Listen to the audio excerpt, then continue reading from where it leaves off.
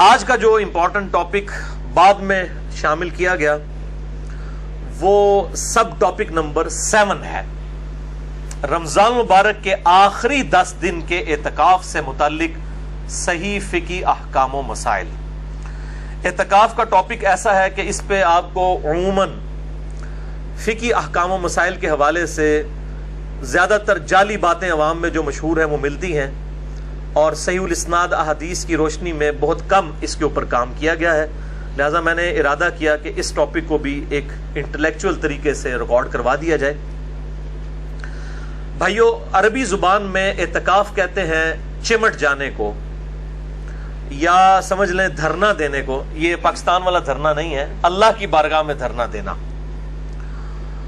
اور شرعی اصطلاح میں اللہ تعالیٰ کی رضا کی خاطر رمضان مبارک کے آخری 10 دن میں مسجد کے اندر چمٹ جانا، اللہ کے حضور اس سے مغفرت کے طلب کے لیے اور اس کی بخشش کی امید پر بیٹھ جانا اور اپنے دنیاوی معاملات کو چھوڑ دینا، یہ سنت اعتکاف کہلاتا ہے۔ آپ صلی اللہ علیہ وآلہ وسلم سے 30 دن کا اعتکاف بھی ثابت ہے، 20 دن کا اعتکاف بھی ثابت ہے، اور 10 دن کا اعتکاف سنت متواتر ہے، یعنی وہ کنٹینیو سنت ہے جو آپ صلی اللہ علیہ وآلہ وسلم نے کبھی پوری زندگی نہیں چھوڑی۔ ہمیشہ کم از کم 10 دن کا اعتکاف آپ صلی اللہ علیہ وآلہ وسلم نے رمضان مبارک کے آخری عشرے میں ضرور بالضرور کیا ہے، الحمدللہ۔ اعتکاف کا جو واحد مقصد ہے وہ شب قدر کی تلاش ہے، اور شب قدر کی تلاش سے مراد کیا ہے؟ یہ نہیں ہے کہ وہ رات کے وقت کوئی عجیب و غریب چیزیں نظر آئیں گی۔ میں اس حوالے سے بڑا ڈیٹیل لیکچر ریکارڈ کروا چکا ہوں، مسئلہ نمبر نیو 44 کے عنوان سے اہل سنت پاک.com پر شب برات اور شب قدر سے متعلق صحیح فقہی احکام و مسائل۔ جسے شوق ہو تو وہ دیکھ سکتا ہے۔ آج میں اس ٹاپک کو سکپ کروں گا۔ بھائیو، سورۃ البقرہ کی آیت نمبر 125 میں اللہ تعالیٰ نے اپنے 2 محبوب پیغمبروں سیدنا ابراہیم علی نبینا وعلیہ الصلوۃ والسلام اور سیدنا اسماعیل علی نبینا وعلیہ الصلوۃ والسلام کو صراحتاً حکم فرمایا۔ اعوذ باللہ من الشیطان الرجیم، بسم اللہ الرحمن الرحیم۔ وعہدنا الی ابراہیم واسماعیل، اور ہم نے عہد لیا تھا ابراہیم علیہ السلام سے اور ان کے بیٹے اسماعیل علیہ السلام سے، ان طہر بیتی للطائفین والعاکفین والرکع السجود، کہ میرے گھر کو پاک صاف رکھنا، اس گھر کے متولی بننا اور اس کی صفائی کا خیال رکھنا۔ نمبر 1 للطائفین، طواف کرنے والوں کے لیے۔ نمبر 2 والعاکفین، اور اعتکاف کرنے والوں کے لیے میرے گھر کو یعنی بیت اللہ کو پاک رکھنا۔ نمبر 3 والرکع السجود، اور رکوع اور سجدے کرنے والوں کے لیے بیت اللہ کو پاک و صاف رکھنا۔ اس سے یہ بات پتہ چلی کہ بیت اللہ شریف میں جو اعتکاف کی جو سنت ہے یہ آپ صلی اللہ علیہ وآلہ وسلم کی بعثت سے پہلے بھی جاری تھی۔ یہ سنت ایسی نہیں ہے جو امت محمدیہ صلی اللہ علیہ وآلہ وسلم میں کوئی نئی چیز آئی ہے، بلکہ یہ سنت ابراہیمی ہے، اور اللہ تعالیٰ نے سیدنا ابراہیم علیہ السلام کو حکم فرمایا تھا کہ بیت اللہ کو پاک و صاف رکھا جائے۔ نمبر 1 طواف کرنے والوں کے لیے، نمبر 2 اعتکاف کرنے والوں کے لیے، اور نمبر 3 رکوع اور سجدے یعنی نماز پڑھنے والوں کے لیے۔ بھائیو، سورۃ البقرہ ہی میں جو رمضان المبارک کے کانٹیکسٹ میں رکوع نمبر 23 ہے، اس میں ایک آیت ہے سورۃ البقرہ آیت نمبر 187، جس میں اشارتاً اعتکاف کا بھی ذکر آیا۔ وَلَا تُبَاشِرُوهُنَّ وَأَنْتُمْ عَاكِفُونَ فِي الْمَسَاجِدِ، اور اپنی بیویوں کے ساتھ ازدواجی تعلق مت قائم کرو جب کہ تم مسجد میں اعتکاف کی حالت میں ہو۔ یعنی عورتیں بھی مسجد میں اعتکاف بیٹھا کرتی تھی اس زمانے میں، امہات المومنین بھی اور باقی عورتیں بھی۔ اللہ تعالیٰ نے حکم فرمایا کہ اگر کوئی میاں بیوی اعتکاف مسجد میں بیٹھے ہیں تو وہ ازدواجی تعلق قائم نہیں کر سکتے، ورنہ ان کا اعتکاف ٹوٹ جائے گا۔ تو اس میں بھی اشارتاً اعتکاف کا ذکر آیا کہ مساجد کے اندر اعتکاف ہو سکتا ہے، یہ سنت ہے۔ جہاں تک اعتکاف کی فضیلت ہے تو اس حوالے سے صوفیاء کی کتابوں میں آپ کو بہت ساری روایتیں مل جائیں گی۔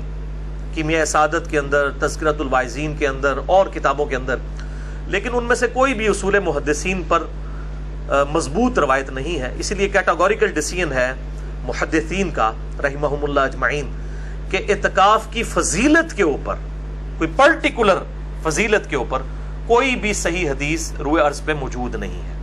بہرحال میرے نزدیک یہی فضیلت کافی ہے کہ اللہ تعالیٰ نے اسے انڈورس کیا ہے اور اپنے انبیاء کرام علیہ السلام کو حکم دیا ہے کہ میرے جو بندے اعتکاف کے لیے مسجد میں آتے ہیں ان کے لیے مسجد کو صاف رکھو. اور اس حوالے سے احکامات بھی احادیث کے اندر آئے ہیں.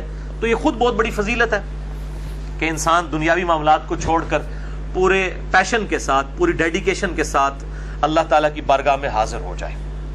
اللہ تعالیٰ ہم سب کو توفیق عطا فرمائے، آمین. اس حوالے سے ایک بڑی مشہور روایت پیش کی جاتی ہے جو اہل سنت کی مین سٹریم کی 3 کتابوں کے اندر موجود ہے. نمبر 1 الموجم الاوسط امام طبرانی کی کتاب میں، نمبر 2 شعب الایمان امام بیہقی کی کتاب میں، اور نمبر 3 المستدرک للحاکم میں. ان تینوں کے اندر یہ روایت موجود ہے، لیکن یہ روایت مردود ہے. بڑی مشہور روایت ہے کہ سیدنا ابن عباس رضی اللہ تعالیٰ عنہ کے بارے میں آتا ہے کہ وہ مسجد میں اعتکاف بیٹھے ہوئے تھے تو کوئی شخص جو ہے وہ ان کے پاس آیا اور اس نے کہا کہ میں فلاں شخص کا جو مقروض ہوں اور میں نے اس کا قرضہ دینا ہے اور مجھے وہ ڈھیل نہیں دے رہا، آپ میری سفارش کریں. تو ابن عباس جو ہے وہ مسجد سے اعتکاف توڑ کے باہر نکل گئے اور جا کے اس کی سفارش کی. اور جب اس شخص کے پاس گئے سفارش کے لیے، اس کو پتہ چلا کہ ابن عباس آئے ہیں، تو اس نے جو ہے وہ قرضہ ہی معاف کر دیا، یعنی ان کے پروٹوکول کے اندر. تو دوسرے ساتھی نے کہا کہ اے ابن عباس، آپ تو اعتکاف بیٹھے ہوئے تھے، آپ نے اعتکاف کیوں توڑ دیا؟ تو ابن عباس نے فرمایا کہ میں نے اعتکاف اس لیے توڑا کہ کسی مسلمان بھائی کے لیے اس کی مصیبت اور پریشانی کے لیے دوڑ دھوپ کرنا یہ اللہ تعالیٰ کے حضور 20 سال کے اعتکاف سے بہتر ہے. اور پھر ساتھ ہی ارشاد فرمایا ابن عباس نے کہ جو شخص ایک دن کا اعتکاف کرے اللہ کے حضور، تو میں نے نبی صلی اللہ علیہ وآلہ وسلم سے یہ بات سنی کہ اللہ تعالیٰ اس کے چہرے اور دوزخ کے درمیان 3 بڑی بڑی خندقیں حائل کر دیتا ہے جن کی چوڑائی جو ہے زمین و آسمان کے فاصلے کے برابر ہے. یہ وہ روایت ہے جو بڑی مشہور ہے، لیکن یہ بالکل جعلی بلکہ جھوٹی روایت ہے، کیونکہ اس کے دونوں جو طرق ہیں دونوں میں ایک جھوٹے راوی، متروک راوی موجود ہیں. جو طبرانی کی سند ہے اس کے اندر بشر بن سلم جو ہے وہ متروک راوی ہیں جن سے حدیثیں لینا محدثین نے چھوڑ دیں. اور المستدرک للحاکم میں محمد ابن معاویہ یہ ایک راوی ہے جو کذاب راوی ہے محدثین کے ہاں، لہٰذا یہ بالکل جعلی روایت ہے. شیخ البانی رحمہ اللہ تعالی اور شیخ زبیر زئی رحمہ اللہ تعالی دونوں نے اس حدیث کو بالکل جعلی اور فیبریکیٹڈ ڈکلیئر کیا ہے. اور شیخ البانی نے سلسلہ احادیث ضعیفہ جو ہے، السلسلۃ الضعیفہ جو ہے ان کا، ایک ہے السلسلۃ الصحیحہ جو صحیح احادیث کا مجموعہ ہے، ایک ضعیف اور من گڑت احادیث والموضوع اور موضوع احادیث کا جو مجموعہ ہے شیخ البانی نے جمع کیا ہے، اس میں اس روایت کو لے کے آئے ہیں. اچھا، سورۃ البقرہ کی آیت نمبر 187 جو ہم نے سنی، وَلَا تُبَاشِرُوهُنَّ وَأَنْتُمْ عَاكِفُونَ فِي الْمَسَاجِدِ، اپنی بیویوں کے ساتھ ازدواجی تعلق قائم نہ کرو جبکہ تم مسجد میں اعتکاف میں ہو. اس کے اندر یہ اشارہ ہے کہ عورتیں بھی مسجد میں اعتکاف بیٹھ سکتی ہیں، اور سنت بھی ہے، احادیث بھی آ جائیں گی آگے. لیکن یہاں پر ایک بات ضرور یاد رکھیں کہ اگر فتنے کا ڈر ہو، جس طرح کہ آج کل کے زمانے میں یہ ویڈیو کیمرے کا اور تصاویر کا فتنہ ہے، اور عین ممکن ہے کہ ایسی عورتیں جو بیچاری عوام کے سامنے کبھی بھی بے پردہ نہیں آتی، ان کی ویڈیوز بنا کے کوئی بد دیانت خاتون جو ہے وہ نیٹ کے اوپر چڑھا دے، عین ممکن، آج کل تو کچھ بھی ہو سکتا ہے. لہٰذا اس دور کے اندر میں نہیں سمجھتا کہ جب تک مکمل تحقیق نہ کر لی جائے اس وقت تک کسی عورت کو مسجد میں اعتکاف بٹھایا جائے، کیونکہ حالات و واقعات فیوریبل نہیں ہیں. آج کل تو خفیہ کیمرے لگے ہوئے ہیں، ہوٹلوں کے اندر لگے ہوئے ہیں، اور میاں بیوی جو ہیں وہ ہنی مون منانے کے لیے چلے جاتے ہیں ہوٹلوں میں، اور بعد میں جناب ان کی ویڈیوز جو ہیں وہ نیٹ کے اوپر چڑھی ہوتی ہیں، کیونکہ بالکل چھوٹے چھوٹے کیمرے آ گئے ہیں. وہ کبھی لائٹس کے اندر، کبھی کسی آپ سمجھ لیں شو پیس کے اندر وہ چھپا کے لگا دیتے ہیں. اور یہی کام مسجدوں کے اندر بھی ہو سکتا ہے، یہ کوئی یعنی آپ سمجھ لیں ناممکنات میں سے نہیں ہے. تو اس لیے میں تو بالکل اس چیز کو انڈورس نہیں کروں گا، اور میری سپورٹ میں وہ حدیث ہے جو بخاری اور مسلم دونوں میں موجود ہے۔ اما عائشہ رضی اللہ تعالی عنہا وسلام اللہ علیہا کہتی ہیں کہ اگر نبی علیہ السلام میرے زمانے کی عورتوں کو دیکھ لیتے تو ان پر مسجد میں جانے پہ بھی پابندی لگا دیتے۔ یہ اما عائشہ اپنے زمانے کے بارے میں کہہ رہی ہیں حضور کی وفات کے بعد، بخاری اور مسلم دونوں میں یہ حدیث موجود ہے۔ اور اما عائشہ سے بڑھ کر کون نبی صلی اللہ علیہ وآلہ وسلم کے مزاج سے واقف ہو سکتا تھا، مزاج رسول سے آشنا تھی آپ رضی اللہ تعالیٰ عنہ، اور وہ کہہ رہی ہیں کہ اگر میرے زمانے کی عورتوں کے حالات آپ صلی اللہ علیہ وآلہ وسلم دیکھ لیتے تو مسجد میں جانے سے بھی روک دیتے۔ تو اعتکاف، یہ تو اس زمانے کی بات ہو رہی ہے 1400 سال پہلے، میں تو آج کی بات کر رہا ہوں 3 جون 2017 کی۔ تو یہاں کے حالات و واقعات اور کیمرے کا جو فتنہ ہے کس طرح ابھر کر اس وقت پبلکلی سامنے آیا، لہٰذا اس صورتحال میں بچنے میں ہی عافیت ہے۔ اور اس حوالے سے میں نے ڈیٹیل لیکچر بھی دیا ہے عورتوں کے پردے کے حوالے سے، اس میں نے اس طرح کی کئی احادیث ہیں مکمل ڈیٹیل کے ساتھ، ان کے انٹرنیشنل نمبر بھی احادیث کے بتائے ہیں، مثلا نمبر 161B عورتوں کے پردے سے ریلیٹڈ احکامات کے اوپر۔ لہٰذا میں اجتہاداً یہ سمجھتا ہوں کہ آج کے دور کے اندر اگر مسجد بیت کے اندر، یعنی گھر میں جو مسجد ڈکلیئر کی جاتی ہے، اور بخاری و مسلم میں کئی احادیث ہیں کہ کئی صحابیات تھیں جو آپ صلی اللہ علیہ وآلہ وسلم کے پاس حاضر ہوتی تھیں کہ یا رسول اللہ آپ ہمارے گھر میں آ کے ایک کونے میں نماز پڑھ لیں، ہم اس گھر کے حصے کو مسجد ڈکلیئر کر دیں۔ تو اس زمانے میں بھی صحابہ کرام اپنے گھر کے کسی ایک کونے یا گوشے کو مسجد کے طور پر ڈکلیئر کرتے تھے گھر کی عورتوں کے نماز پڑھنے کے لیے، کیونکہ عورت کا گھر میں نماز پڑھنا مسجد میں پڑھنے سے افضل ہے۔ یہ صحیح الاسناد حدیث سے ثابت ہے، مثلا نمبر 161B میں نے ڈیٹیل سے یہ 17 کے قریب احادیث الحمدللہ بیان کی ہیں، آج مان لی کہ میں ان کی ڈیٹیل میں جاؤں۔ تو لہٰذا اس طرح کی جو مسجد بیت ہیں، گھر میں ڈکلیئر کی ہوئی مسجدیں، اس کے اندر اگر عورتیں اعتکاف کر لیں تو اس کے اوپر جو سلفی اہل حدیث علماء خام خواہ فتویٰ لگاتے ہیں، اور بیسیکلی وہ فتویٰ اس لیے لگتا ہے کہ چونکہ حنفی قائل ہیں گھر میں جو ہے وہ اعتکاف کرنے کے، اس لیے اہل حدیث دوسرے معاملے میں بہت ضد کے اندر آئے ہوئے ہیں اس مسئلے میں کہ نہیں جی گھر میں عورت اعتکاف کر ہی نہیں سکتی، یہ تو ایک نفلی عبادت ہے، نہ بھی کرے تو خیر ہے، مطلب انہیں گھر میں نہیں کرنے دینا۔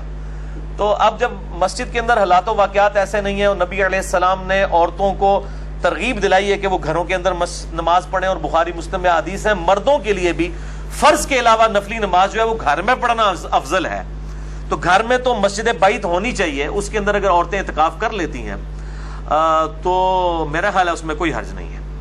بلکہ میں تو اس سے بھی ایک سٹیپ آگے جاؤں گا کہ جو میرے جیسے مرد ہیں جن کے لیے مسجد میں اعتکاف کرنا مشکل ہے، یعنی میں کسی مسجد میں چلا جاؤں تو میرے لیے بہت بڑا فتنہ بن جاتا ہے، اتنے لوگ ملنے کے لیے آ جاتے ہیں اور ملاقاتوں کا سلسلہ شروع ہو جاتا ہے، حتیٰ کہ مسجد کمیٹی اور مسجد کی جو انتظامیہ اور مسجد کے جو امام اور خطباء حضرات وہ خام خواہ میرے خلاف ہو جاتے ہیں۔ یہ تو اللہ تعالیٰ کسی کے دل میں کسی کی محبت ڈال دینا، یعنی میں کہیں پہ بھی چلا جاؤں پورے پاکستان کے اندر جہاں پہ بھی انٹرنیٹ ہے تو لوگ جانتے ہوتے ہیں الحمدللہ۔ لہٰذا میں تو اب کئی سال ہو گئے کہ میں تو اعتکاف کی ایک سنت سے ہی محروم ہو چکا ہوں، حالانکہ میں الحمدللہ کوئی سال نہیں جانے دیتا تھا، 1996 سے لے کے 2008 تک میں مسلسل اعتکاف بیٹھتا تھا، لیکن اس کے بعد جب سے یہ پبلک فگر بننے والا مسئلہ شروع ہوا اور دعوت و تبلیغ سے یہ کام پھیلنا شروع ہوا، اب تو یہ حالت ہے میں اعتکاف میں کسی کو ملنے کے لیے چلا جاؤں تو مسجد کی انتظامیہ میں جو ہے نا وہ کھلبلی مچ جاتی ہے، اتنے لوگ آ جاتے ہیں ملنے کے لیے، یعنی پھر تو کوئی خطیب سے تو مسئلہ پوچھتے ہی نہیں، سارے لوگ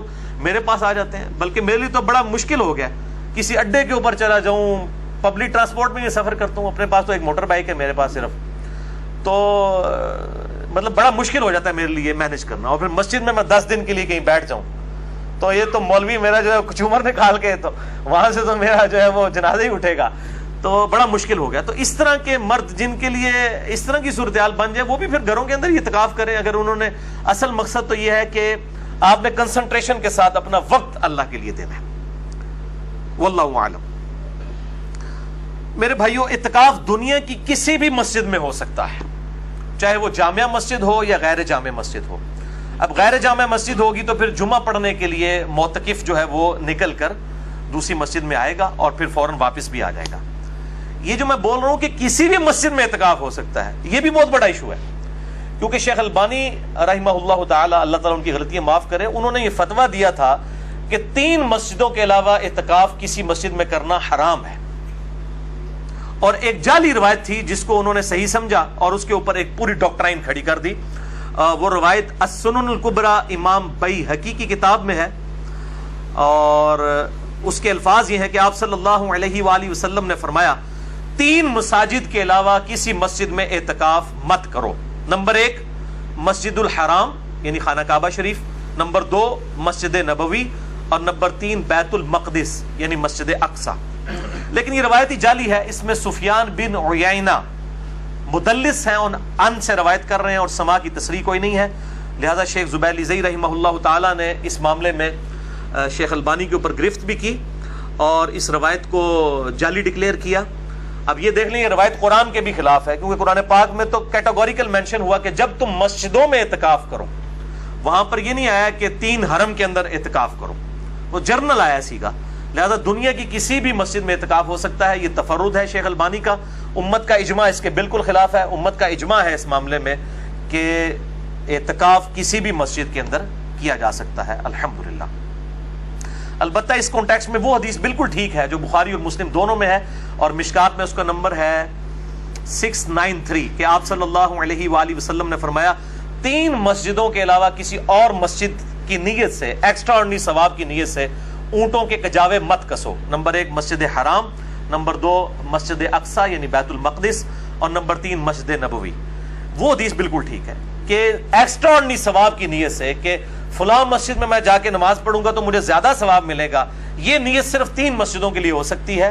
نمبر 1 بیت اللہ شریف کے ساتھ جو مسجد الحرام ہے، نمبر 2 مسجد نبوی، اور نمبر 3 مسجد اقصی بیت المقدس یا جسے ایلیا بھی کہا جاتا ہے۔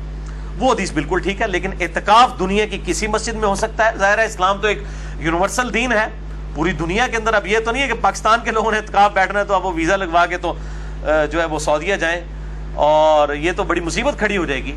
تو لا یکلف اللہ نفسا الا وسعها، اور اس سے یہ بات بھی پتہ چلی کہ جو جھوٹی اور جعلی روایتیں ہیں وہ نظر آتا ہے کہ جعلی روایتیں ہیں اور وہ قرآن کے بھی خلاف ہوتی ہیں، تو یہ بالکل جعلی روایت ہے۔ سفیان بن عیینہ اس میں مدلس ہیں، ان سے روایت کر رہے ہیں اور سما کی تصریح کوئی موجود نہیں ہے۔ اب اسی کانٹیکسٹ میں پرٹیکولرلی اعتکاف سے ریلیٹڈ میں انشاءاللہ کل 10 صحیح الاسناد احادیث انشاءاللہ بیان کروں گا ایک انٹلیکچوئل ترتیب کے ساتھ۔ اور یہاں پہ یہ بات بھی یاد رکھیں، یہ جو 3 مسجدوں کے علاوہ اونٹ کے کجاوے نہ کسے جائیں، اس کانٹیکسٹ میں امام ابن تیمیہ اور امام علی السبکی نے بڑا غلو کیا ہے، اور روزہ رسول کی حاضری کے بارے میں دونوں نے اپنے اپنے ایکسٹریم رویے جو ہیں وہ اختیار کیے ہیں۔ میں نے اس پہ الگ سے ایک لیکچر ریکارڈ کروا دیا ہے، مسئلہ نمبر 54D قبر رسول کی حاضری کے اوپر صلی اللہ علیہ وآلہ وسلم۔ 54C بھی ہے، 54D بھی ہے۔ 54D میں میں نے جو ہے وہ بڑی ڈیٹیل کے ساتھ روایتیں قبر رسول کی حاضری سے ریلیٹڈ بیان کی ہیں، اور 54C کے اندر میں نے امام ابن تیمیہ جو سلفیوں کے امام ہے اور دوسری طرف امام علی السبکی، دونوں ایک ہی زمانے میں گزرے ہیں اور دونوں شیخ الاسلام ہیں۔ یہ اندازہ کریں، یہ شیخ الاسلام کا لقب جو ہے نا جس کا جو دل کرتا ہے وہ لگاتا ہے۔ ڈاکٹر طالب قادری صاحب نے بھی لگا لیا، ان کے مقابلے میں ڈاکٹر جو ہے وہ آصف اشرف جلالی صاحب بھی اپنے ساتھ شیخ الاسلام لگانا شروع ہو گئے۔ یہ شیخ الاسلام یا شیخ الاسلام یہ لقب جو ہے یہ بڑا سستا ہو گیا، تو وہاں پہ ایک ہی زمانے میں 2 امام ہیں، وہ دونوں شیخ الاسلام امام ابن تیمیہ ہیں اور شیخ الاسلام امام علی السبکی ہیں، دونوں ایک ہی زمانے کے ہیں، ایک صوفیوں کے امام ہیں ایک سلفیوں کے۔ دونوں نے قبر رسول صلی اللہ علیہ وآلہ وسلم کی حاضری کے معاملے میں غلو کیا ہے، اور میں نے دونوں کا رد کر کے اہل سنت کا جو منہج درمیان میں ہے مسئلہ نمبر 54C کے اندر بیان کیا ہے، جسے شوق ہو تو وہ دیکھ سکتا ہے۔ بہرحال اب اعتکاف کے کانٹیکسٹ میں کل 10 صحیح الاسناد احادیث میں انشاءاللہ بیان کروں گا ایک انٹلیکچوئل ترتیب کے ساتھ۔ الٹ اپ ایٹ رینڈم نہیں ہے، میں نے بڑی محنت سے ان کو ترتیب دیا ہے، اور میں انشاءاللہ ان کے نمبرز بھی ساتھ ساتھ انٹرنیشنل بتاتا جاؤں گا، اور جو احادیث مشکات کے اندر ہیں میں انشاءاللہ مشکات کے نمبر بھی بتاؤں گا۔ اور مشکات کو میں نے ڈکلیئر کیا ہے مشکات از دا انسائکلوپیڈیا آف حدیث، اہل سنت کی مین سٹریم کی کم از کم 13 کتابوں کا یہ مجموعہ ہے، بخاری، مسلم، ترمذی، ابو داؤد، نسائی، ابن ماجہ، الموطا امام مالک، مسند احمد، سنن الکبریٰ البیہقی، المستدرک للحاکم، اور کئی کتابوں کی یہ نوٹس ہیں۔ 6294 احادیث کا مجموعہ، امام ولی الدین تبریزی المتوفی 748 ہجری، آج سے 800 سال پہلے یہ انہوں نے کتاب لکھی۔ شیخ زبیر لزئی رحمہ اللہ تعالیٰ کی تحکیم تخریج کے ساتھ اہل سنت پاک.com ہماری ویب سائٹ کے اوپر 3 PDF اس کے رکھے ہیں، جسے شوق ہو تو وہ ضرور ڈاؤن لوڈ کر کے اسے پڑھیں۔ میں اس کے نمبر بھی ساتھ ساتھ بتاؤں گا، اور یہ چونکہ سیکنڈری بک ہے مشکات، اس کے فٹ آپ کو پرائمری کتابوں کے نمبرز بھی مل جائیں گے. یہ میں اس لیے حوالہ دیتا ہوں کہ آپ کو اتنی کتابیں لینے کی بجائے 3 PDF رکھ لیں تو آپ یہ سمجھ لیں جس طرح وہ نوکیا کا موبائل یوزر فرینڈلی ہے نا، احادیث کی کتابوں میں سب سے یوزر فرینڈلی جو حدیث کی کتاب ہے یہ مشکات المصابیح ہے الحمدللہ. اس لیے میں نے پورا لیکچر اس کے اوپر دیا ہے، مسئلہ نمبر 111B مشکات المصابیح کا مکمل تعارف. اعتکاف کے حوالے سے پہلی حدیث بخاری اور مسلم دونوں میں ہے، مشکات میں اس کا نمبر ہے 2097. اما عائشہ رضی اللہ تعالیٰ عنہ کہتی ہیں کہ نبی صلی اللہ علیہ وآلہ وسلم رمضان مبارک کے آخری عشرے میں اعتکاف فرمایا کرتے تھے حتیٰ کہ آپ کی وفات ہو گئی، یعنی ہمیشہ آپ نے اعتکاف کیا. اور آپ کی وفات کے بعد آپ کی ازواج مطہرات یعنی آپ کی بیویاں بھی مسجد نبوی کے اندر اعتکاف فرمایا کرتی تھیں. دوسری حدیث صحیح بخاری میں ہے، مشکات میں 2099 کہ نبی صلی اللہ علیہ وآلہ وسلم کو ہر سال 1 مرتبہ قرآن کا دورہ کروایا جاتا تھا، لیکن جس سال آپ صلی اللہ علیہ وآلہ وسلم کی وفات ہوئی اس سال سیدنا ابو ہریرہ کہتے ہیں کہ آپ صلی اللہ علیہ وآلہ وسلم کو 2 دفعہ دورہ کروایا گیا، یعنی حضرت جبرائیل سامنے بیٹھ کے قرآن سنا کرتے تھے. 2 دفعہ دورہ کروایا گیا اور آپ صلی اللہ علیہ وآلہ وسلم ہر سال 10 دن کا اعتکاف فرمایا کرتے تھے رمضان مبارک میں، لیکن جس سال آپ کی وفات ہوئی اس سال آپ نے 20 دن کا اعتکاف فرمایا. تیسری حدیث جامعہ ترمذی، سنن ابی داؤد، سنن ابن ماجہ میں ہے، مشکات میں 2102. انس بن مالک کہتے ہیں کہ نبی صلی اللہ علیہ وآلہ وسلم ہر سال رمضان مبارک کے آخری عشرے میں 10 دن کا اعتکاف فرمایا کرتے تھے. 1 مرتبہ نہ کر سکے تو اگلی مرتبہ آپ صلی اللہ علیہ وآلہ وسلم نے 20 دن کا اعتکاف کیا، یعنی 1 سال آپ کا اعتکاف چھوٹ گیا تو آپ صلی اللہ علیہ وآلہ وسلم نے اگلے رمضان میں پھر 20 دن کا اعتکاف کیا، یعنی وہ اپنا 10 دن والا. اور یہ 20 دن والا وہی اعتکاف تھا جس اعتکاف کے بعد آپ صلی اللہ علیہ وآلہ وسلم دنیا سے رخصت ہو گئے. اور وہ جو اعتکاف چھوٹا اس کی وجہ کیا تھی وہ وجہ بھی سن لیں. وہ چوتھی حدیث ہے صحیح بخاری میں، یہ مشکات میں نہیں ہے لیکن بخاری میں 2033 ہے. اما عائشہ کہتی ہیں رضی اللہ تعالی عنہا کہ آپ صلی اللہ علیہ وآلہ وسلم جب اعتکاف کے لیے بیٹھنے کا ارادہ کیا رمضان مبارک میں تو میں نے آپ صلی اللہ علیہ وآلہ وسلم کے لیے خیمہ لگا دیا. بہتر یہی ہے کہ خیمہ لگا ہو، اگر خیمہ نہ بھی ہو تب بھی ٹھیک ہے. جس طرح مسجد نبوی میں یا بیت اللہ شریف میں ہزاروں لوگ اعتکاف بیٹھتے ہیں، اگر خیمے لگ جائیں تو پھر لوگ کیسے وہاں پہ مینج کر سکیں گے نماز کو؟ تو خیمہ لگانا وہاں ضروری نہیں، لیکن بہتر ہے، سنت ہے، پرائیویسی بھی قائم رہتی ہے. ظاہر ہے کہ رات کے وقت پھر سونا بھی ہوتا ہے، آرام بھی کرنا ہوتا ہے، تو بہتر یہ کہ خیمے کا اہتمام ہونا چاہیے. بہرحال اما عائشہ کہتی ہیں کہ خیمہ لگا دیا. پھر سیدہ حفصہ آئیں حضور کی بیوی، انہوں نے اما عائشہ سے کہا کہ میں بھی چاہتی ہوں کہ میں بھی نبی صلی اللہ علیہ وآلہ وسلم کے ساتھ اعتکاف بیٹھوں. تو سیدہ عائشہ نے اجازت دے دی، انہوں نے بھی اپنا خیمہ لگا لیا. اس کے بعد سیدہ زینب آئیں حضور کی ایک اور بیوی، انہوں نے بھی خیمہ لگا لیا. پھر آپ صلی اللہ علیہ وآلہ وسلم مسجد نبوی میں جب داخل ہوئے تو دیکھا کہ اتنے سارے خیمے لگے ہیں. بتایا گیا کہ یہ آپ کی یہ اس بیوی کا ہے، یہ دوسری بیوی کا ہے، یہ تیسری بیوی کا ہے. تو آپ صلی اللہ علیہ وآلہ وسلم جلال میں آئے اور آپ نے فرمایا کہ یہ جو خیمے جتنے لگے ہوئے ہیں تم کیا سمجھتے ہو کہ یہ خیمے ثواب کے لیے کھڑے کیے گئے ہیں؟ اللہ اکبر. یہ ہے کمٹمنٹ ٹو گاڈ. یعنی نبی علیہ السلام نے کہا کہ یہ تو سارے میرے چکر میں ہیں، یعنی میری بیویاں میرا قرب حاصل کرنا چاہتی ہیں، اس لیے انہوں نے خیمہ لگا لیا ضد کے اندر. یہ اللہ کے لیے خیمے نہیں لگے ہوئے. اور آپ صلی اللہ علیہ وآلہ وسلم نے فرمایا کہ یہ سارے خیمے اکھاڑو، حتیٰ کہ اپنا خیمہ بھی اکھڑوا دیا. اور آپ نے اعتکاف ہی نہیں کیا اس سال. پھر شوال کا مہینہ جب اگلا عید والا مہینہ آیا اس میں آپ نے 10 دن کا اعتکاف کیا، اور رمضان کا یہ جو اعتکاف چھوٹ گیا تھا یہ آپ نے پھر اگلے سال 20 دن کا اعتکاف کیا. اور پھر اس سے اگلے سال آپ صلی اللہ علیہ وآلہ وسلم کو اعتکاف نصیب نہیں ہوا، اس سے پہلے ہی آپ صلی اللہ علیہ وآلہ وسلم دنیا سے رحلت فرما گئے. تو اس سے آپ اندازہ کریں کہ اعتکاف کا مقصد اللہ تعالیٰ کی رضا جوئی ہونا چاہیے. حضور کی بیویاں اگر حضور کا قرب حاصل کرنے کے لیے صلی اللہ علیہ وآلہ وسلم، جو خود ایک ثواب کا کام ہے، خیمے لگائیں تو آپ صلی اللہ علیہ وآلہ وسلم اس کو بھی اکھڑوا رہے ہیں کہ اللہ از دا ٹاپ پرائورٹی، اللہ ترجیح اول ہونا چاہیے. تو اب اس میں ہی امپلائڈ ہے کہ جو لوگ گھر کے کاموں سے بچنے کے لیے اور مسجد کا راشن جو ہے وہ ہڑپ کرنے کی خاطر اور سمارٹ فون کے اوپر چیٹنگ کرنے کی خاطر مسجد میں اعتکاف بیٹھتے ہیں تو ان کا اعتکاف کیا ہوگا؟ وہ کس کو دھوکہ دے رہے ہیں؟ اللہ کو تو پتہ ہے کس نیت سے وہ بیٹھے ہوئے ہیں. لہٰذا اعتکاف میں جو بھی شخص بیٹھے تو گپ شپ کے لیے نہ بیٹھے، نہ وہ اسمارٹ فون لے کے تو اس کے اوپر ہی ہمیشہ چڑھا رہے. ٹھیک ہے، وہ کبھی ضرورت کے تحت کوئی چیز استعمال کرنی پڑتی ہے، وہ ایک الگ چیز ہے، لیکن میں نے دیکھا ہے جن لوگوں کے پاس یہ فون ہے الحمدللہ میں نے تو اپنے آپ کو اس فتنے سے تاحال محفوظ رکھا ہوا، انشاءاللہ آئندہ بھی ارادہ ہے.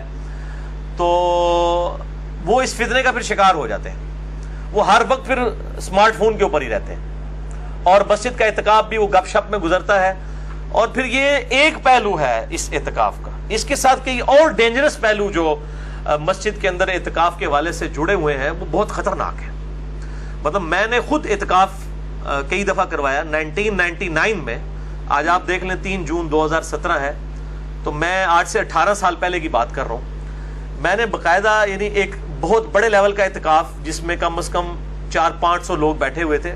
اس وقت میں دعوت اسلامی میں تھا، سبز پگڑی باندھا کرتا تھا. تو یہ ہمارے جیلم شہر کے اندر ہی 1999 کا اعتکاف میں نے خود مینج کروایا ہے. اور کس طرح مصیبت ہمارے لیے بن گئی تھی، خصوصاً یہ جو چھوٹے بچے اعتکاف میں بیٹھے ہوتے ہیں اور وہاں پہ بھی جو لوگ بدنیتی کے ساتھ مسجد میں بیٹھے ہوتے ہیں وہ عجیب و غریب قسم کی پھر حرکتیں کرتے ہیں بچوں کے ساتھ.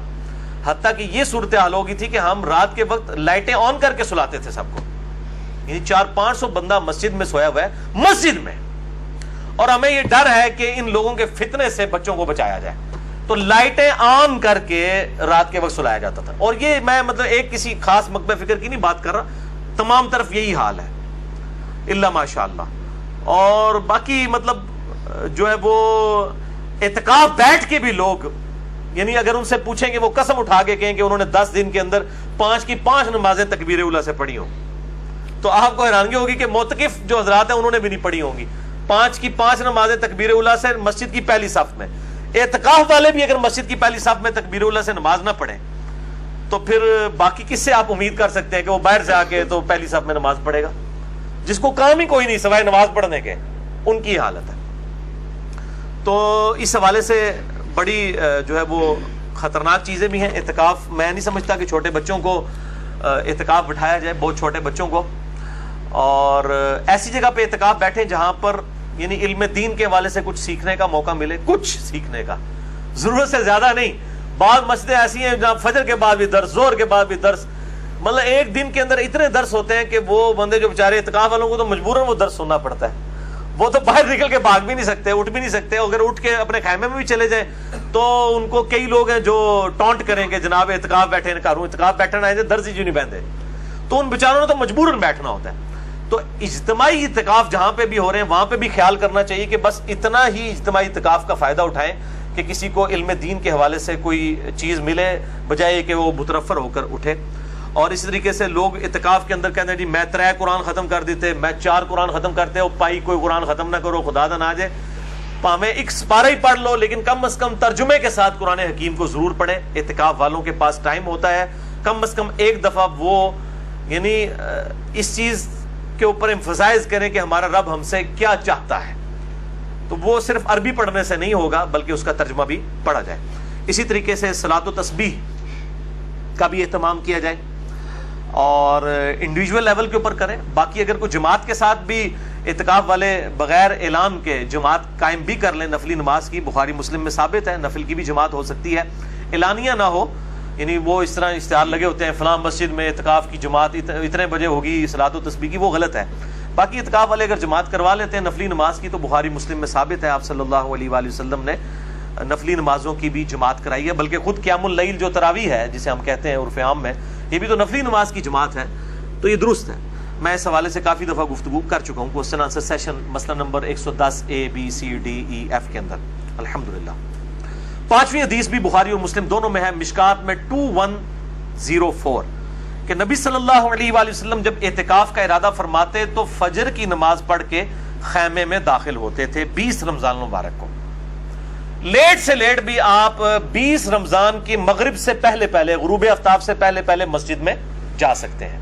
لیکن بہتر یہی ہے کہ 20 رمضان المبارک کو صبح کے وقت، یہ میں 21 رمضان کی بات نہیں کر رہا، 20 کی، جس کی شام کو لوگ دوڑ کے پہنچ رہے ہوتے ہیں، اسی کی فجر کے وقت افضل یہی ہے کہ خیمے میں آپ داخل ہو جائیں. یہ آخری ہے ایز اے لاسٹ ریزالٹ کے 20 رمضان کی مغرب سے پہلے پہلے آپ مسجد میں داخل ہو جائیں. بہتر یہ ہے کہ فجر کے بعد جو سنت بھی ہے. چھٹی حدیث بھی بخاری اور مسلم دونوں میں ہے جس میں اعتکاف کا مقصد بھی آ جائے گا. مشکات میں 2086 کہ آپ صلی اللہ علیہ وآلہ وسلم نے رمضان کے پہلے 10 دن کا اعتکاف کیا, اس کے بعد پھر اگلے 10 دن کا اعتکاف کیا, اور پھر آپ صلی اللہ علیہ وآلہ وسلم نے سر مبارک خیمے سے باہر نکالا اور فرمایا کہ میں نے پہلے 10 دن اعتکاف کیا کہ مجھے شب قدر مل جائے, تو نہیں ملی, پھر اگلے 10 دن بھی نہیں ملی. اب میرے پاس ایک فرشتہ آیا اور اس نے مجھے بتایا ہے, اللہ تعالیٰ کی طرف سے وحی لے کر آیا کہ رمضان المبارک کے آخری عشرے کی طاق راتوں میں 21ویں 23ویں 25ویں 27ویں اور 29ویں میں آپ صلی اللہ علیہ وآلہ وسلم جو ہیں وہ شب قدر کو تلاش کریں. مجھے خواب دکھائی گئی ہے کہ اس رات جب میں صبح نماز فجر پڑھاؤں گا تو نماز فجر پڑھانے کے بعد میرے ماتھے پر کیچڑ کا نشان ہوگا. اور صحابہ کہتے ہیں کہ 21ویں رات کو اتنی بارش ہوئی کہ مسجد نبوی ٹپک پڑی, اور آپ صلی اللہ علیہ وآلہ وسلم جب نماز پڑھ کر صحابہ کرام کی طرف متوجہ ہوئے تو آپ کے ماتھے پر کیچڑ کا نشان تھا, چونکہ وہ زمین بھی گلی ہو چکی تھی. ڈھک مٹی پہ ہی آپ صلی اللہ علیہ وآلہ وسلم سجدہ کرتے تھے, یہی افضل ہے. چٹائی کا تو صرف جواز ہے, افضل تو مٹی پہ سجدہ کرنا ہے. تو صحابہ کہتے ہیں ہمیں سمجھ آ گئی کہ یہ رات شب قدر تھی. یعنی صحابہ کو بھی وہ رات گزرنے کے بعد فجر کے بعد پتہ چلا, یہ نہیں ہوتا کوئی چیز نظر آنی ہوتی ہے. تو اب یہ علیحدہ سے ٹاپک ہے. مسئلہ نمبر نیو 44 میرا ریکارڈڈ ہے الحمدللہ, اور 73,000 سے زیادہ لوگ دیکھ چکے ہیں. یہ پچھلے دنوں میں ریکارڈ ہوا ہے مسئلہ نمبر 44 نیو 44 شب برات اور شب قدر کے اوپر. جسے شوق ہو تو وہ دیکھیں, میں نے اس حوالے سے بڑی ڈیٹیل گفتگو کی ہے. 7ویں حدیث بھی بخاری اور مسلم دونوں میں ہے. مشکات میں 2100 اما عائشہ رضی اللہ تعالیٰ عنہ کہتی ہیں کہ جب آپ صلی اللہ علیہ وآلہ وسلم اعتکاف فرماتے تو آپ صلی اللہ علیہ وآلہ وسلم مسجد نبوی چونکہ ایڈجسنٹ تھی حجرہ عائشہ کے ساتھ, تو آپ صلی اللہ علیہ وسلم مسجد میں ہی سے جو کھڑکی کھلتی تھی آپ کے حجرے کی لیفٹ سائڈ کے اوپر, یعنی قبلہ رخ آپ کا ہو تو لیفٹ سائڈ کے اوپر حجرہ مبارک جہاں پہ اب قبر مبارک ہے آپ صلی اللہ علیہ وآلہ وسلم کی, تو اس حجرے کی جو کھڑکی تھی وہ مسجد نبی میں کھلتی تھی. آپ صلی اللہ علیہ وسلم اپنا سر مبارک وہاں سے اندر کر دیتے تھے. اور اما عائشہ کہتی ہیں کہ میں بسا اوقات حالت حیض میں بھی ہوتی تھی, تب بھی آپ صلی اللہ علیہ وسلم کے علم میں بھی یہ بات ہوتی تھی, تو آپ صلی اللہ علیہ وسلم مجھ سے کنگھی کروایا کرتے تھے. اور آپ صلی اللہ علیہ وسلم میرے حجرے میں صرف اسی وقت تشریف لاتے تھے جب کوئی طبعی ضرورت ہوتی تھی انسانی, یعنی پیشاب وغیرہ کرنے کے لیے ہی آپ صلی اللہ علیہ وسلم مسجد سے باہر نکلا کرتے تھے, یا غسل وغیرہ کرنے کے لیے. باقی کنگھی کروانے کے لیے آپ صلی اللہ علیہ وسلم گھر میں نہیں جاتے تھے, بلکہ اس حجرے سے جو ہے وہ سر مبارک اما عائشہ کی طرف کر دیتے. آپ کے بال ظاہر گھنے تھے, کنگھی کرنا بھی ایک ایشو ہوتا ہے جب بال گھنے ہوں بڑے ہوں, تو اما عائشہ کے لیے بھی سعادت بن جایا کرتی تھی الحمدللہ. تو یہ جو طبعی ضرورت کے الفاظ ہیں اما عائشہ کے, تو طبعی ضرورت میں کھانا پینا, غسل کرنا, اسی طریقے سے ٹوائلٹ, یہ ساری کی ساری چیزیں طبعی ضرورت ہیں. ان کے لیے آپ اپنے گھر بھی آ سکتے ہیں اگر مسجد میں انتظام نہ ہو. اگر مسجد میں انتظام ہو جس طرح کہ آج کل ہوتا ہے پھر گھر آنے کی ضرورت نہیں ہے. اور یہ جو پبلک میں مشہور ہے کہ جی وضو والی جگہ پہ تھوڑی دیر بیٹھ کے بھی گپ شپ کر لی تو اعتکاف ٹوٹ گیا, کیونکہ وضو والی جگہ مسجد سے باہر ہوتی ہے. بھائی وضو والی جگہ مسجد کے اندر شامل ہے, وہ فنائے مسجد ہے. مسجد کی جو بڑی باؤنڈری ہے باہر والی, اس کے اندر جتنی چیزیں ہیں وہ مسجد کے اندر شامل ہیں, چاہے کوئی وضو خانہ ہو, کوئی مدرسہ ہو, ٹائلٹ بنا ہو, یہ سب کے سب مسجد میں شامل ہیں. اور اب خود الیاس قادری صاحب نے بھی اپنے اس فتوے سے رجوع کر لیا ہے, کیونکہ فتاوی رضویہ شریف میں وہ کہتے ہیں جی احمد صاحب بریلوی صاحب کا ایک فتاوی رضویہ چھپا ہے, تو اس میں فتویٰ نکل آیا کہ فنائے مسجد بھی مسجد میں داخل ہے. ورنہ ہم جب دعوت اسلامی میں تھے تو اگر کوئی بندہ وہ صابن سے چہرہ بھی دھو لیتا تھا نا وضو والی جگہ پہ, تو کہتے ہیں اعتکاف ٹوٹ گیا, کیونکہ صابن تو ضرورت میں سے نہیں ہے. اور فرض کے علاوہ غسل کرنے کے لیے کوئی باہر چلا گیا تو اس کا بھی اعتکاف ٹوٹ گیا. وہ کہتے ہیں جب تک غسل فرض نہیں ہوگا آپ غسل نہیں کر سکتے. اور یہی وجہ ہے کہ اکثر مسجدوں میں آپ کو بالکل بدبودار کپڑوں کے اندر جو ہے معتکف جو ہے وہ اللہ تعالیٰ سے آخرت کی امید پہ بیٹھے ہوئے ہیں. یعنی اسلام جو کہ صفائی نصف ایمان ہے, صحیح مسلم میں حدیث ہے 534 نمبر صحیح مسلم کے اندر انٹرنیشنل نمبر کے مطابق کہ صفائی نصف ایمان ہے, وہ مسلمان جو ہے مسجد کے اندر بدبو پھیلا رہا ہے. اور بخاری مسلم میں حدیث ہے کہ مسجد میں جو ہے وہ پیاز بھی نہ, کچا پیاز اور لہسن کھا کے نہ جاؤ کہ بدبو نہ آئے. آپ نے اعتکاف والے اگر 500-600 بندے اجتماعی اعتکاف میں بدبودار بٹھائے ہوئے ہیں, جن کو نہ آپ غسل کرنے دے رہے ہیں نہ کپڑے بدلنے دے رہے ہیں گرمیوں میں, جس طرح آج کل جون کے اندر روزے ہیں, تو اور جی وہ فرض غسل کے علاوہ باہر نہیں نکل سکتا, کپڑے نہیں بدل سکتا, ناخن نہیں کاٹ سکتا, بھائی سب کچھ کر سکتا ہے, کوئی ممانعت نہیں ہے. روزانہ کپڑے بدلے, روزانہ 10 دفعہ بے شک نہائے. میں نے تو حدیث سے ثابت کیا کہ آپ صلی اللہ علیہ وآلہ وسلم تو اپنا روزہ ٹھنڈا کرنے کے لیے بھی نہایا کرتے تھے, جسم کے اوپر گیلا کپڑا رکھا کرتے تھے. تو صاف رہنا یہ اولین ترجیح ہے. وہ کہتے ہیں جی جس کپڑے میں اعتکاف بیٹھے گا اسی میں اس کو اٹھنا ہے. انا للہ و انا الیہ راجعون. کوئی ایسا مسئلہ نہیں ہے, یہ سب کی سب چیزیں بالکل جعلی بنائی ہوئی ہیں. المصنف ابن ابی شیبہ میں ایک پورا چیپٹر ہے جس میں صحابہ کرام تابعین کے فتاوی موجود ہیں کہ وہ معتکف جو ہے وہ ایون اگر جامعہ مسجد نہیں ہے تو جمعہ پڑھنے کے لیے بھی اپنی مسجد سے نکل کے دوسری مسجد میں جا سکتا ہے. ایون یہاں تک ہے کہ کسی کا جنازہ بھی پڑھنے کے لیے جا سکتا ہے جبکہ وہ فالتو کسی کے پاس کھڑا نہ ہو. بعض تابعین کے نزدیک مریض کی عیادت کے لیے بھی جا سکتا ہے, جنازہ پڑھنے کے لیے بھی جا سکتا ہے, اس کا اعتکاف نہیں ٹوٹے گا. تو الحمدللہ دین کے اندر آسانی ہے. ایسا نہیں ہے کہ وہ خام خواہ ایک چیزیں مشہور کر دی ہوئی ہیں اور یہ خام خواہ لوگوں نے معاملات کو بگاڑ دیا ہے. 8ویں حدیث بھی بخاری اور مسلم دونوں میں ہے اور یہ مشکات میں نہیں ہے. بخاری میں اس کا نمبر ہے 2035, مسلم میں 5680. یہ بہت کریٹیکل حدیث ہے. میں نے اگلے دن بیان بھی کی تھی اپنے ای میلز کے حوالے سے بھی. سیدہ صفیہ بنت حیی بن اخطب رضی اللہ تعالی عنہا وسلام اللہ علیہا حضور کی بیوی تھی. یہ اعتکاف کی حالت میں حضور کو ملنے کے لیے آئیں. آپ صلی اللہ علیہ وآلہ وسلم اعتکاف بیٹھے ہوئے تھے. رات کے وقت میں مسلم شریف کے الفاظ ہے کہ ملنے کے لیے آئیں. اب رات آج کل کی رات نہیں تھی کہ اسٹریٹ لائٹس ہیں, بالکل گھپ اندھیرا ہے. آپ صلی اللہ علیہ وسلم کافی دیر تک ان کے ساتھ باتیں کرتے رہے. پھر آپ صلی اللہ علیہ وسلم ان کے ساتھ بڑی دور چلے گئے ان کو گھر چھوڑنے کے لیے. واپسی پہ آپ نے دیکھا کہ 2 انصاری اصحاب کھڑے ہیں جو آپس میں گفتگو کر رہے ہیں. آپ صلی اللہ علیہ وآلہ وسلم نے ان کو اپنی طرف متوجہ کیا اور آپ صلی اللہ علیہ وسلم نے فرمایا کسی سوچ کی ضرورت نہیں ہے, یہ میری بیوی صفیہ تھی جو مجھ سے ملنے آئی تھی. آپ نے اپنی کلیریفیکیشن دی. یہاں پہ کہتے ہیں حکمران کلیریفیکیشن نہیں دے سکتا عوام کو, مولوی اپنے فالوورز کو نہیں کلیریفیکیشن دے سکتا. حضرت صاحب نے فرما دیا, بس جو کچھ کر دیا. حضرت صاحب تو غلط ہو ہی نہیں سکتے. نبی علیہ السلام اپنی کلیریفیکیشن اصحاب کو دے رہے ہیں اور کہہ رہے ہیں کہ کسی کو سوچنے کی ضرورت نہیں ہے, میری بیوی صفیہ تھی جس کو میں چھوڑنے کے لیے گھر تک گیا تھا. تو صحابہ کرام نے کہا سبحان اللہ یا رسول اللہ. یہ یعنی ایک کلمہ جو ہے وہ حیرانگی کا بولا جاتا تھا. اللہ پاک ہے, ہم آپ کے بارے میں کب ایسا گمان کر سکتے ہیں. تو آپ صلی اللہ علیہ وآلہ وسلم نے فرمایا بے شک شیطان خون کی طرح بدن میں دوڑتا ہے, مجھے خطرہ ہوا کہ تمہیں بدگمانی میں نہ ڈال دے. لیڈر کی یہ ذمہ داری ہے کہ اپنی طرف سے کلیریفیکیشن دے. میں نے بھی اپنی کلیریفیکیشن کے اوپر 4 لیکچر دیے ہیں, مثلا number 124 A B C D. اس وقت کئی لوگ کہہ رہے تھے کیا ضرورت ہے بھئی, یہ سنت ہے اپنی کلیریفیکیشن دینا. پھر ہر نٹی گٹی کی نہیں دینی ہوتی, موٹی موٹی کلیریفیکیشن دے دی جائیں تو صورتحال بالکل کلیئر ہو جاتی ہے کہ کیا حق ہے اور کیا باطل ہے. 9ویں حدیث سنن ابن ماجہ میں ہے, مشکات میں 2107. نبی صلی اللہ علیہ وآلہ وسلم جب اعتکاف فرماتے تو توبہ کے ستون کے پیچھے آپ علیہ السلام کے لیے بستر بچھا دیا جاتا یا چارپائی لگا دی جاتی. یہ توبہ کا ستون آج بھی مسجد نبوی میں موجود ہے جسے استوانۃ التوبہ کہتے ہیں. ایک صحابی نے اپنے آپ کو مسجد نبوی کے ستون کے ساتھ باندھ لیا تھا پروٹیسٹ کرتے ہوئے کہ جب تک میری توبہ قبول نہیں ہوگی اللہ تعالیٰ وحی کے ذریعے نبی علیہ السلام کو نہیں بتائے گا. تو میں نے تو یہ یہاں پہ دھرنا دیا ہوا ہے اور پھر اللہ تعالیٰ کی طرف سے وحی نازل ہوئی. وہ آج بھی ستون التوبہ کے نام سے مشہور ہے.